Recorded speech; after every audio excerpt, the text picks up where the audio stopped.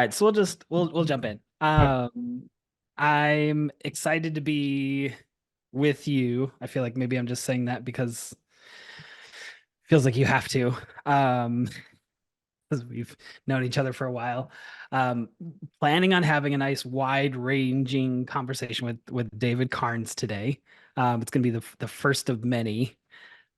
So welcome to the Accidental Advantage. I'm excited to be here. I've never been here before. Neither have I. Episode 0001. It'll be fun. Yeah. No, but I think maybe I'll just kind of start by setting a little bit of the context. You and I are accidental friends. It's one of the big mysteries of life why you and I have continued to to be friends. Do you want to kind of share a little bit of kind of how David and Ben came to be? I love how you use the friend term very loosely too. The yeah, so actually our origin story, we're both working for an organization, a nonprofit organization in Mexico hosting high school mission trips. And I was supposed to have a role as a utility staff, so floating around to all the sites. And Ben got his roommate fired. So I don't remember that part of it as much, but there was something about Ben's roommate no longer could be there. And so rather than being a utility floater that summer, I was plugged into that site specifically. And there was probably a lot of galvanizing moments that summer Yeah. that forced a friendship on us. Yeah. And there was our common roommates, there was the church we were working at and the dysfunction that it had. There was the fact that I was leading the work projects and you were also leading the work projects. Um, we really bonded over humor. I Mhm. think especially sarcastic humor. Yes, very Um, much so. there was a lot of laughter Yeah. from mocking each other and especially mocking the The hype. participants, Yes. both Very behind the scenes and in front of them, just without them noticing. Uh, Spanish helped with that kind of mocking them to their face without them knowing. and then we went 6 years without talking, Yep. and we just we lived different places. We both were newly married, and Hmm. I don't even think you knew I lived in Tennessee at I the time. didn't. Yeah, I, till no, like I had no idea. a month ago, I think you found that out. But we reconnected probably about 2 years ago when I was going through a little bit of a career crisis, or um, I don't know how we actually started connecting again. I don't think I reached out to you directly about that. I think it just was kind of like No, it was like I got a random you and I would exchange a text here and there for kind of those oh, I six missed the years. wimp part too. What was that? The wimp, we did stay connected by just Oh, commenting on each other. yes, yeah. So that was kind of how it started. We would call each other Wimp on LinkedIn, but we would disguise it within. So David would do a insightful LinkedIn post, and I would be like, "What a wonderful, inventive masterpiece puzzle." But it would actually like make sense. But we would capitalize WIMP and it was a way for us to continue to like make fun of each other in front of other people. Hopefully without them knowing. And then you called me. I was at an event. You called me out of the blue. And it was probably one of my favorite moments because I hadn't talked to you on the phone for 4 or 5 years. Yeah. And I picked it up and I said, "What?" You said wrong number. You hung up. And then we called back and kind of I think that's really kind of what springboarded us back into talking. And yeah, it's been a really cool opportunity to kind of reconnect. I think the we had so much shared experience and shared Mhm. uh, laughter, a lot of commonalities. We got married around the same time. We both have two kids, and um, both were kind of people in our careers, and really in some cases had a very kind of wide ranging career experience. We both have entrepreneurial bones in our body. We both have kind of done a bunch of different things. And so I think that's kind of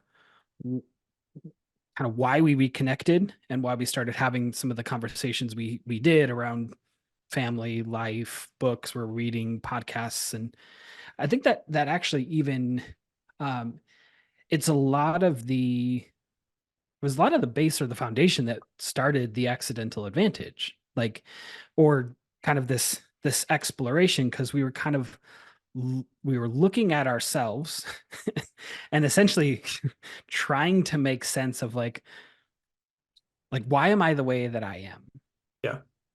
or why are you the way that you are. Yeah. I ask that every day about you. Yeah. I asked about it too. And I think we were kind of almost trying to like reverse engineer the process, or kind of be like, hey, we both kind of achieved a level of mastery in our different fields. We both have changed and switched a lot. We both have started a lot. We both stopped a lot. Mhm. And we were just trying to figure out like, kind of Yeah.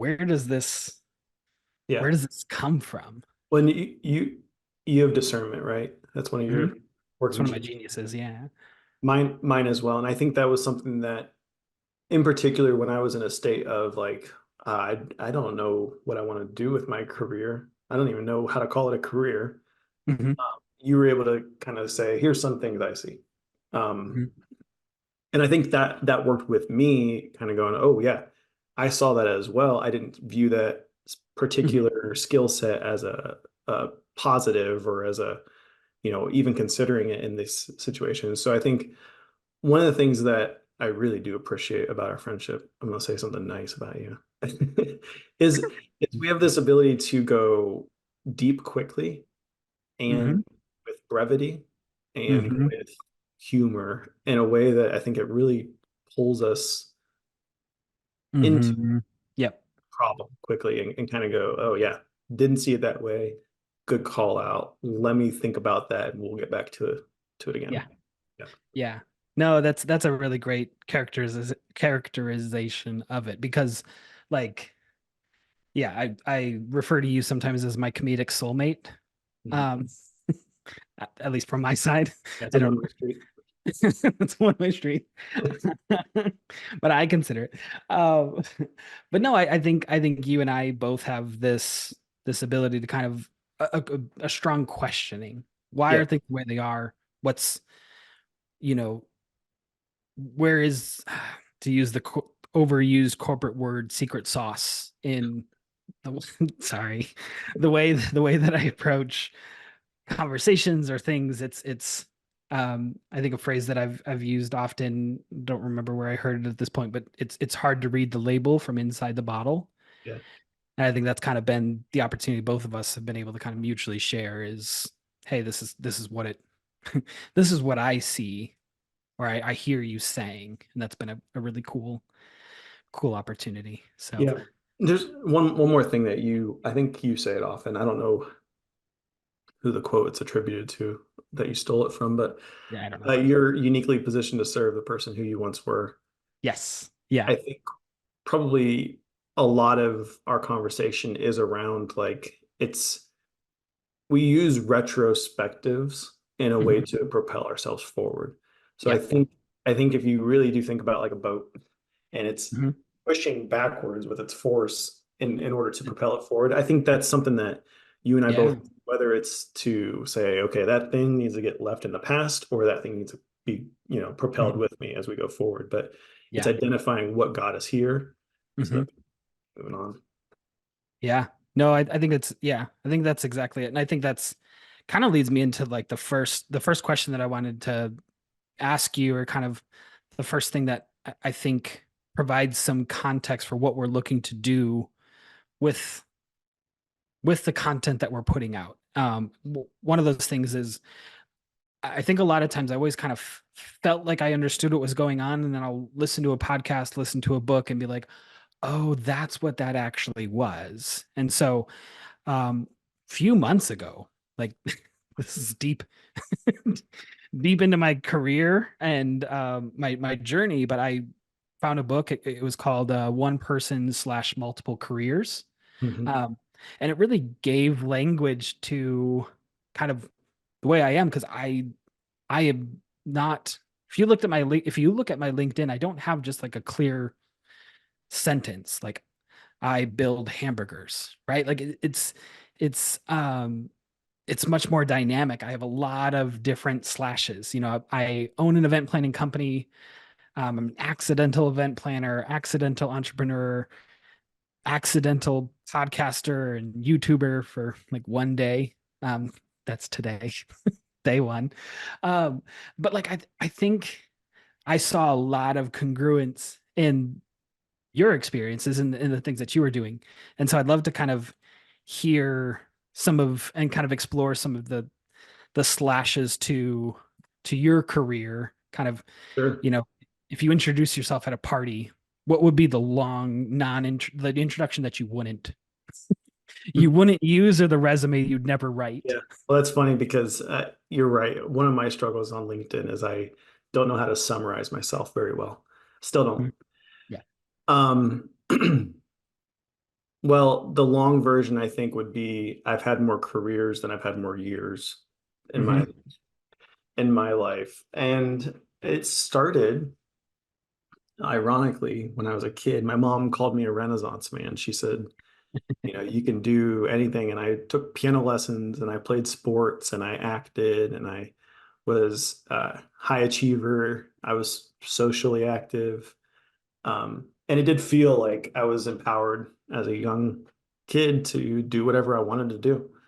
Um, I also remember very clearly through like high school when you had guidance counselors kind of saying like, this would be a great career. This is a great career. I could Hmm. never decide, not No. because none of them sounded interesting. It just, none of them sounded interesting for a 40-year career. Yes. Like, Yeah. I would like to do that for 5, maybe 1 year. Yeah. Yep. And Dabbler. I went to college with really out without a plan. Um, I was originally going to go to school for architecture.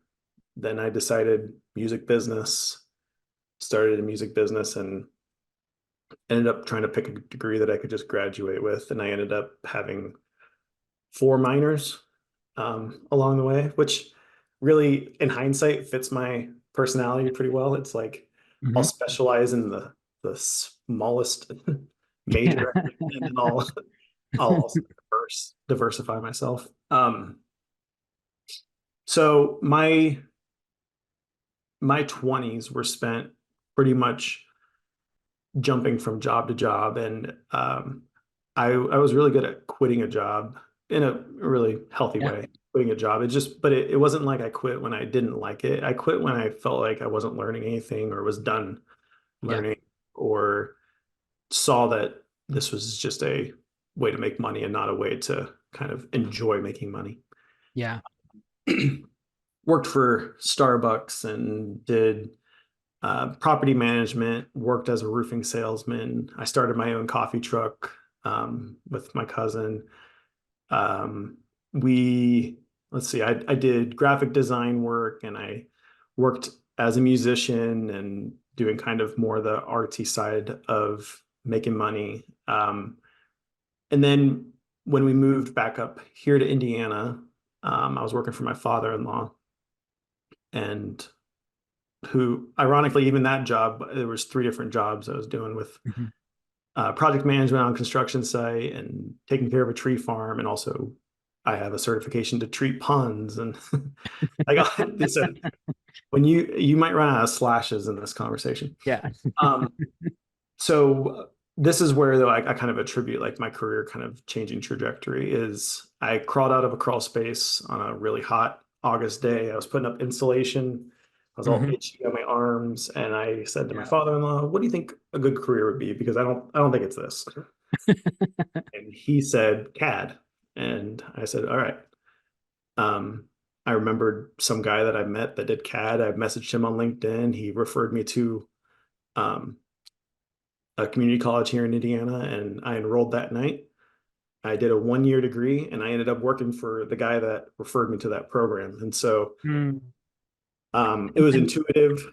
I started to realize, this drive when I was younger for architecture was something that was really embedded in me. I enjoyed not just that's what the degree was in.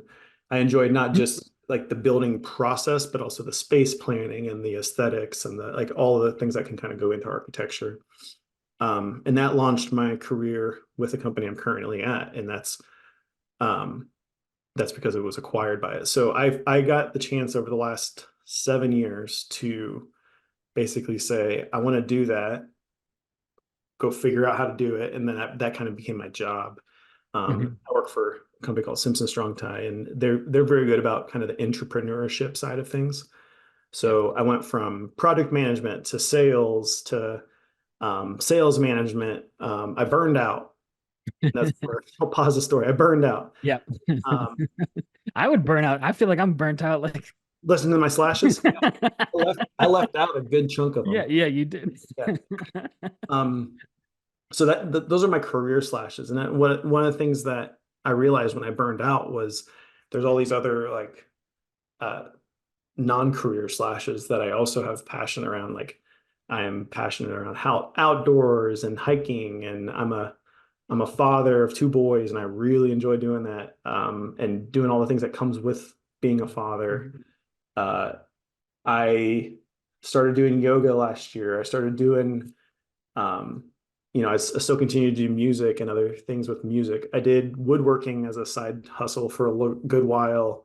Even was on HGTV for a couple episodes of a show called Good Bones. And so there was all these other passions that I have that were not being tended to because my career, so to Mhm. speak, was my singular focus. Yeah. And that's what burned me out, I think, a lot Yeah. amongst all these other things. Yeah. No, I mean it's I think it's talking about the idea of like neatly and cleanly describing your work history and your kind of who you are, what you've done, what you're good at. If we think about trying to distill it down into like that LinkedIn sentence or that couple sentences, like it just looks so random and so Yeah. diverse. And some of them contributed, some of them didn't, some of them taught you what you didn't want to do, some of them pointed to what you did. Yeah. And um I think that's almost like you and I are trying to figure out kind of who is this for, or some of the curiosity that we have is like now that we've had this understanding of what the accidental advantage is, um, we've it's pointed to if you're the type of person who cannot describe yourself in a singular role or cannot describe yourself in like um, a nice clean sentence, you have probably a lot of you don't have as many slashes as David. But if you have lots of slashes, like it's hard to do that. And I think that was actually one of the really kind of cool things that kind of reading the label from outside the bottle as I as we caught up on the many years that I missed and the many careers that you had.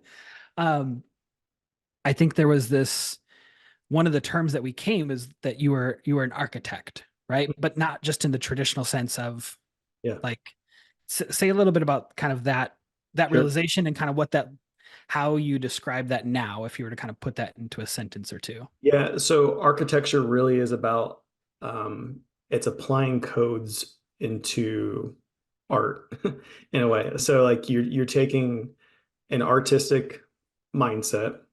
Mm-hmm. I'll use residential architecture in this case because architecture, you're right, could be used for software or all kinds of things. But for architecture that I was doing, you take this um, charrette, this design that you have, and then you say, how can I practically apply this? And to do that, you're like, okay, I got to fill the spaces. I got to make sure that the code is compliant and make sure that it is constructible and livable. Um, Mm-hmm. Emphasis on the last part Yep. because that means it's sustainable. And so I have taken an architect's mindset to a lot of things. It probably annoys my wife how much I'll take that mindset of, um, constantly evaluating systems and building systems um, Hmm. and then also on the people side, like very quickly understanding where there's a gap in Yeah. an individual contributor and how I can help, enhance that person or, um, use their strengths to kind of support the rest of the team in a different way than they were even thinking. So I do have that architectural mindset, Mhm. and I've taken that and applied it to multitudes of areas in my, Yeah. not just work. Yeah, I remember we talked about this idea that you're an architect of teams, Mhm. of efficiency, of systems and processes. And I think it was cool to see some of that clarity because it allowed you pivoted. Surprise, surprise. You went into a different area for a little while and you kind of had took that confidence and took Yeah. that mentality, took it to a different industry. Since you've come back to Simpson Strong Tie Yeah. with, just into a different role, different team, and really, I mean, our life changes so fast too. I mean, especially if you have kids, like 1 or 2 years, or even sometimes 3 months is just like entirely different. And I think your ability to category switch and your ability to kind of say, hey, I'm going to pursue this curiosity that I have in this thing, Mhm. or I'm going to stop, is kind of been one of your advantages that has led you to kind of the degree of success that Yeah. you've achieved. There's also something with, I think you use the word audacity Hmm. in this case. Like I have the audacity to think that I can do it. Yeah. And I don't know if that's what squashes some of my imposter syndrome, but like Hmm. I'll continue that career for the next three because there's only three more roles after I burned out. I worked in a tech startup as the head of customer success. And then I went back to this original company at Simpson with um, a role in as a product manager, and now I serve as the chief of staff for our software product development group. So I have zero background when you look at my resume. Like I have zero background to get me to the career I'm at, but I have the depth and the Yeah. breadth on all these Yeah. other areas, and then I have this ability that I know that I trust myself is I will learn it. I will figure it out. If I don't, I'm moving on anyway. So Yep. there's worrying about like the imposter syndrome portion in that uh Yeah. Yeah. I mean, it's so you started with a degree in music business political and it science. yeah, Political political science. science. And then naturally that led you to Chief of staff of a software product development organization for a manufacturing company. point A to point B. Yeah, clear path. Nice and clear. It only takes 20 years to get there. Yeah. Yeah. I That think exactly. I think that's that thing that as we've kind of been introspective, as we've looked at like how do I make sense of all these things that actually I think contribute to me being even more qualified for the job than someone who might have taken a linear path to get there. I think you and I really kind of clung onto this term accidental. It made a lot of sense for me when I heard it because I'm an accidental event planner. So I studied youth ministry, fell into hospitality, event planning, doing a bunch of different jobs with that, and then eventually 7 years ago started my own event planning company. So before that I worked for a nonprofit. I spent 7 years doing events for commercial corporate real estate company. That's kind of where I learned it all. But when I heard the term accidental, it provided this category or like a definition to say, oh, that's what I am. And then Mhm. I heard that quote from Rory Vaden, which said, you're uniquely positioned to serve who you once were. And that gave a lot of clarity to my business to say, I love planning event details. I love planning the conferences and helping with content and marketing, all the many aspects of event planning. But I love resourcing accidental event planners, coming alongside them and giving them the tools that they need so that they can succeed. And so, um, in many ways, you're a very, very intentional accidental. Yeah. And I think that's even you've realized that through the 20 years. And that's even some of what we're hoping this accomplishes is by approaching this this idea, this mentality, this lens that we can wear, what is our accidental advantage? Um, we're hoping that we can provide some of that outside the bottle Yeah. view to say, oh, that's who I am. And then you can actually lean in. But I really like that. And I think one of my strengths now that after kind of going through that, one of the things I've realized is when you start talking about the slashes, we think of that being just like a like hop from one to the other, but Yep. those spaces in between is where I really do thrive. It's Yeah. connecting the dots between two experiences. You know, as a chief of staff now, like this is a role that requires my head to be on a swivel. It Yep. requires me to kind of fill the gap for my leader, Noah, and to say like, here Mhm. is here's a project that Noah can't get to. I know I can handle it. It's brand Yeah. new. It's brand new to everybody. I know I can handle it. Mhm. He has this term he uses. I think it's called shoshin. I think it's a Japanese term, but it's basically having a beginner's mind and Yep. having an attitude of openness and eagerness and a lack of preconceptions. So that is the mindset that I've had to take now in those spaces between. So when somebody on Mhm. my team that is specialized, that has a very intentional career path and oftentimes an intentional outcome, I can Yep. sit back and go, let's look big picture. Let's think about Yeah. this from a different mindset.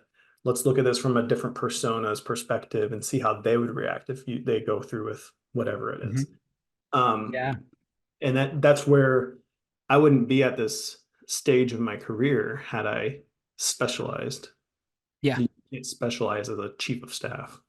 Yeah, I think another term that we use for this a lot, I love accidental, but it kind of came from, I started seeing it in a lot of different places, the idea of the generalist, right? That person who can, the jack of all trades Yeah.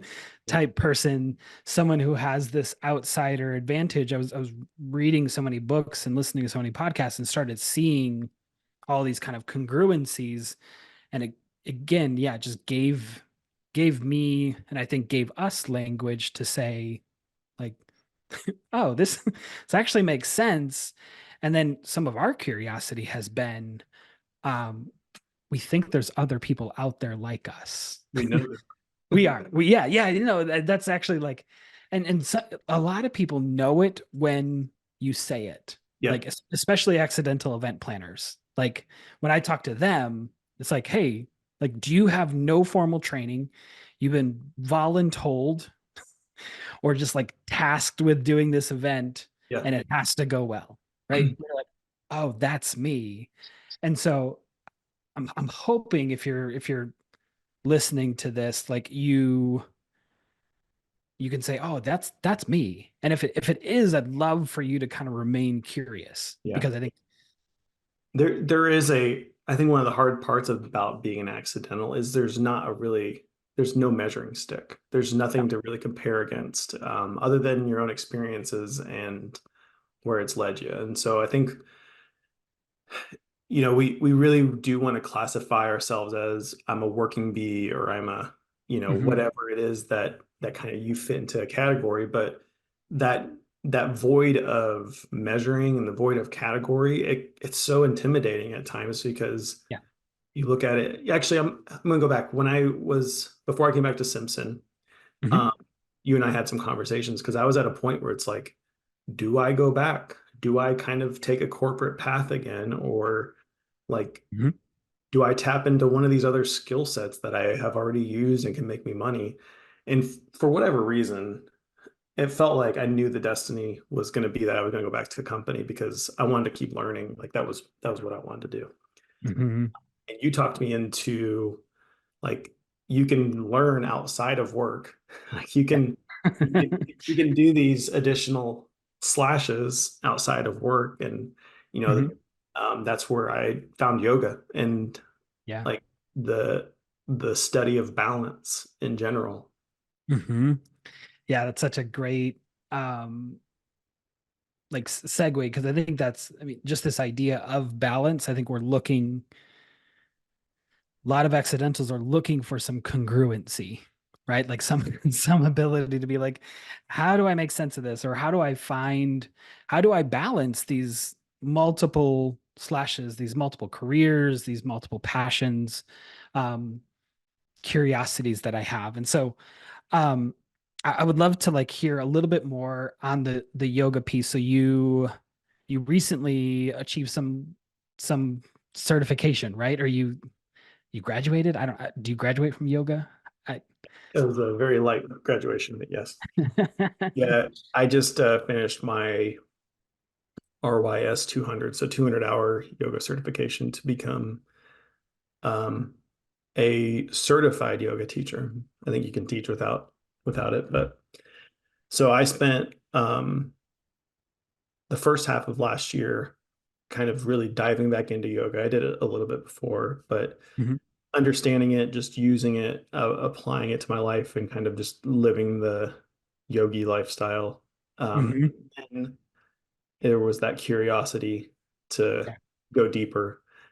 Um, and I think because I like to chalk up the slashes, I was also like, well, if I'm going to go deeper, I might as well get a certification Yeah. to teach because I know that's a big part of it. So, um, Exactly. and there was a part of me too that I don't know where this comes from or plays into this whole conversation, but I like to explore the unknown areas, and it seems like yoga, at least here in the United States, is very women centric, and there's not a lot of men that feel comfortable either getting into yoga or whatever. And I felt like I could reach a different group Mhm. of people. Um, Yeah. there's the audacity. Yeah. Yeah. No, I mean, there's also that that quote again, you're uniquely positioned to serve who you once were. Yeah, yeah, That talk to me a little bit about the kind of the inciting incident, or kind of what you mentioned it briefly, but maybe dig in a little bit deeper. What initially led you to kind of to start pursuing yoga, kind of leaning into this, kind of um moving a step beyond curiosity? yeah. Um, I was at a pretty low point between careers, and I think it was that point of like discovery. I'm not going from job to job. I wasn't really looking for what was next. I didn't have that clear Mhm. path. I didn't know if I wanted to go back into what I had done before. And so I was just in this seeking mindset. And um, I tried it. I Mhm. yoga studio, I followed their Instagram page, and I think I liked a few posts, and I signed up for a class, and then I canceled it. And then the owner of the studio messaged me and was like, just come try one for free. So I did. I found the balance um, portion to be very, very helpful. And by balance, I don't mean standing on one leg. We did do that, but it was when I was physically anguishing because I was in a position or I was trying to hold a balancing pose. It freed my mind, and then Mhm. I was in a position of stillness, whether I was laying down or sitting down. Um, my when my mind was anguishing, I could kind of rely back onto the physical aspect and get some movement going. And so I really started to experience balance in my personal life. Yeah. Um, Mentally, physically, I started feeling much better. Obviously, I deal with depression, and I think that yoga or any movement really, really helps. Mhm. Um, Yoga not in particular, but any movement helps with kind of the Yeah. springing out of those depression mindsets. And so it was really like the inciting incident, I think, was just like a need matched up with my timing. Um, Mhm. Yep. or, or the result of yoga kind of matched up with the timing of the need. Yeah.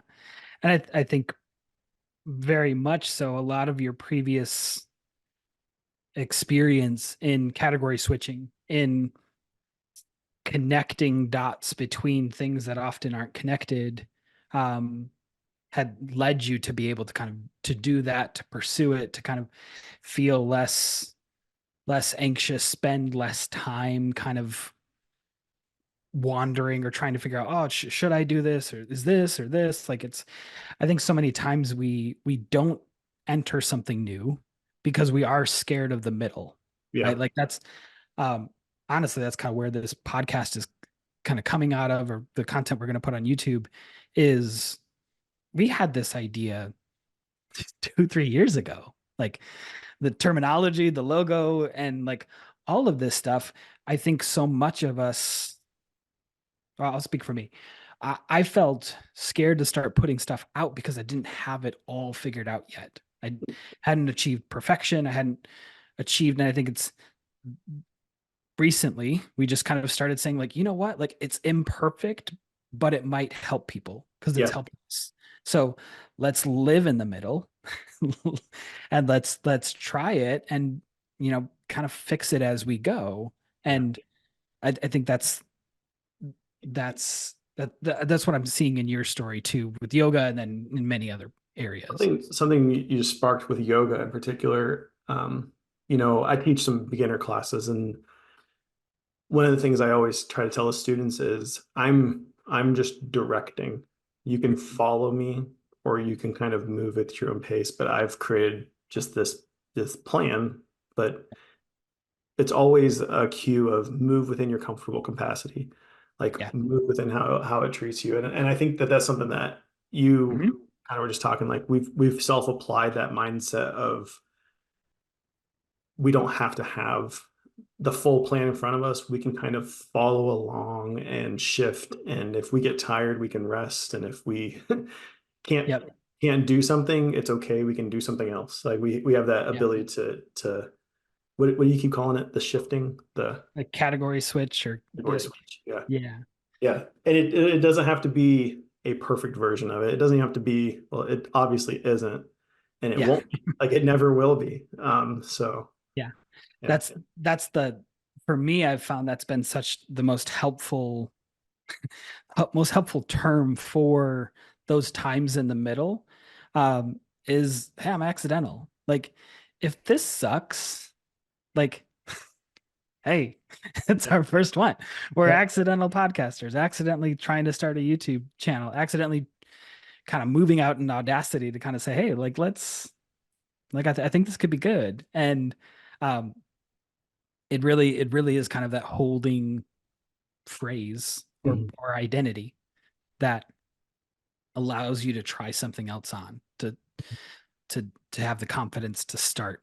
I think we're going to wrap up pretty soon, but I wanted to kind of finish by talking about what happened after kind of the inciting incident. So you were in your case, but it also applies broadly to many of the careers that I've been in, many of the different things I've done. And I think a lot of the people that might be tuning into this is there's typically this inciting incident. It's a moment of pain or Mhm.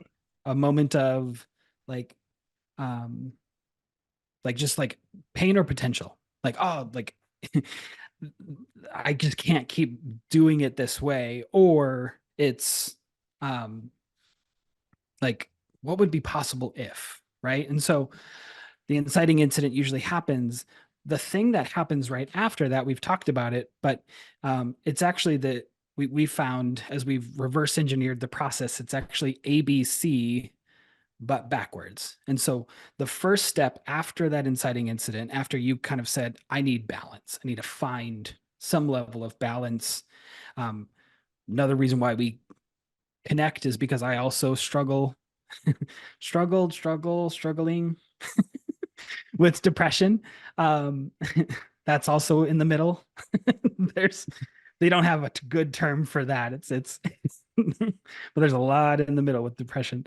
Um, but yeah, this curiosity was that first step. The second step that we say is belief. And so you had this curiosity. Oh, I've done yoga in the past. I'm not necessarily super sure if it's kind of for me. There is this studio close to me, there's that curiosity belief is like, hey, maybe I could be someone who does yoga or be someone who finds balance, right? That's kind of that belief. And then the audacity was scheduling the class, right? And then probably there was a little bit of imposter syndrome or some sort of like resistance to it, canceled. You got the call again. You kind of said, all right, you know what? I'm gonna go. Like the barrier kind of went down, whatever that was. And I think this is the path that a lot of us take when we're starting something new. Inciting incident, CBA, curiosity, belief, and audacity. Is that something that you've seen as well? Like, is that a good characterization of your kind of Yeah, experience here? yeah, I think so. And there was with yoga, there was two. There was the inciting incident to start practicing yoga, which I kind of think Mhm. I talked Yep. about, just needing that balance. But then there's the inciting incident to become a teacher. Yeah. Like, why would I pay and dedicate a 200-hour course to this? 200 practical hours plus all the other readings and all the other things you got to Yeah. do to get there. And that curiosity, I think, came from some of that not having male yoga Hmm. instructors, kind of, at least in my purview. Yep. Um, it There was the audience that I knew I could reach. Yep. The the belief portion, I think that was really in the fact that I knew that I was a good leader. Hmm. And I knew that I'm a good communicator. Uh, I communicate good. Gooder. Well, a I, wrist. yeah, but like I remember early on when I was taking classes going like, oh man, it would be really neat to teach this along with that. And like Hmm. my architecture brain and my Yep. um the word's not coming to my mind right now, but the ability to kind of mix together a bunch Hmm. of things like and reach a different Integrate. audience. And yeah. Yeah, yeah. Yeah, like that belief was there. And then I had the audacity to think that I could do two jobs at once and do that. And Mhm. um, also at the time, I wasn't a chief of staff. That role didn't exist, and Yep. I wasn't loving the role I was in, Hmm. and was looking at, if a long-term plan. I have some hopes and dreams that I have actually written down that I want to get to, and teaching yoga can support that along with all those other things that I know I can do outside of corporate life. So Yeah. Yeah. And I think it's really cool to see. I think us wanting to do this is I've had similar conversations with a bunch of other people that have been um, making big changes in their life, whether they chose to do it or whether it was forced on them. If they get let go, if they get dumped, if they get like, um, significant changes in our life, significant losses, should we mhm. say? Um, some are voluntary and some are involuntary. Some we do on purpose, some happen to us. And I think it's been really cool to see this process where a lot of times when someone finds themselves in some sort of inciting incident or like where's their pain, where's their potential, where's their opportunity, or where's their significant frustration, usually what I say is get curious. Like just like what are you curious about? Like what are those things you keep on finding yourself coming back to? Or like what's yeah, you kind of seem like an architect of like this concept of planning and design seems really important to you. Does that apply to the way that you view teams? Like, and so even that process of being curious for yourself, curious about yourself, and then talk to people who know you. Like that's a really huge benefit. And so, if you're kind of across this, or you're my mom, or My mom. my hey moms, you did a good job. Uh, we grew up to be who you wanted us to be. Um, but like whoever's kind of finding yourself watching this or listening to this, I really think it's curiosity is that first step. We're going to go deeper into the model. We're going to have other opportunities to kind of hone in. In some cases, we are not going to do this in a linear fashion. Like this was I titled it in my head a wide ranging conversation with the accidental David Carnes. Um, this is probably going to be the format of any conversation David and I have. We'll probably find some ways to make it more concise, but I think there's a lot that you can see and that you can learn. Like, keep on thinking about yourself, not because we're this amazing teacher or example of this is how you should do stuff, but like, be curious and be like, oh, is where's the congruency in my life that I kind of see them putting language to? Anything on that? Anything you'd add to that? Um, no, I think you nailed it there. I think having that beginner's mindset is also part of it, though. Like having the belief in yourself that you will figure it out. Like Yeah. it's okay to start at the beginning of something, and you don't have to be the expert to get there. So I think that's something that um, I love about it. Yeah. I, I think I'll kind of close with this thought. I think I often think about um, just this concept of, I think if we don't get it perfect, we don't have the whole picture, if we don't have everything right, there's we are scared to step into the arena. We're scared to step onto the court. If we're not LeJohn Brains, we shouldn't play basketball or step onto the basketball court. And I think I want you all to have the confidence to say, hey, this is a really, really great holding pattern. And there's actually a lot of people that don't want accidentals, generalists, people from the outside stepping in because it's going to make them look bad. Like, and so just have some curiosity around what you can do. Have some of this temporary belief in, hey, I could be the type of person. I know I'm a good teacher. I could probably be a good teacher of yoga, taught other things, stepping into a different category, a different arena. Um, and then have some of that audacity to start, to take the first step. Next time we connect, we're going to talk about this idea of intentionality, because intentionality has been, we're really, what we've found is essentially kind of the true north of, I don't know where I'm going. I don't have a clear path or map, but intentionality points me north, and I know I want to go north. And so we'll talk about that. Yeah, we're glad you joined. If you made it to the end, well done. Um, if you dropped earlier, screw you.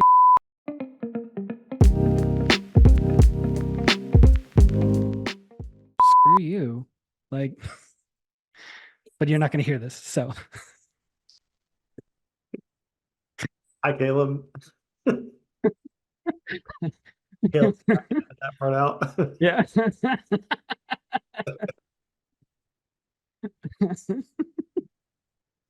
to think how we get back on. I like it. That's a good ending to this. Screw you. Screw you. You. This podcast isn't for you. It's because it's not. Yeah. No, exactly. You're a doctor. You probably have a job description.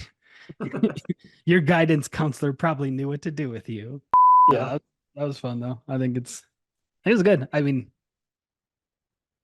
you do think we're comedic soulmates though, right? Say less. What?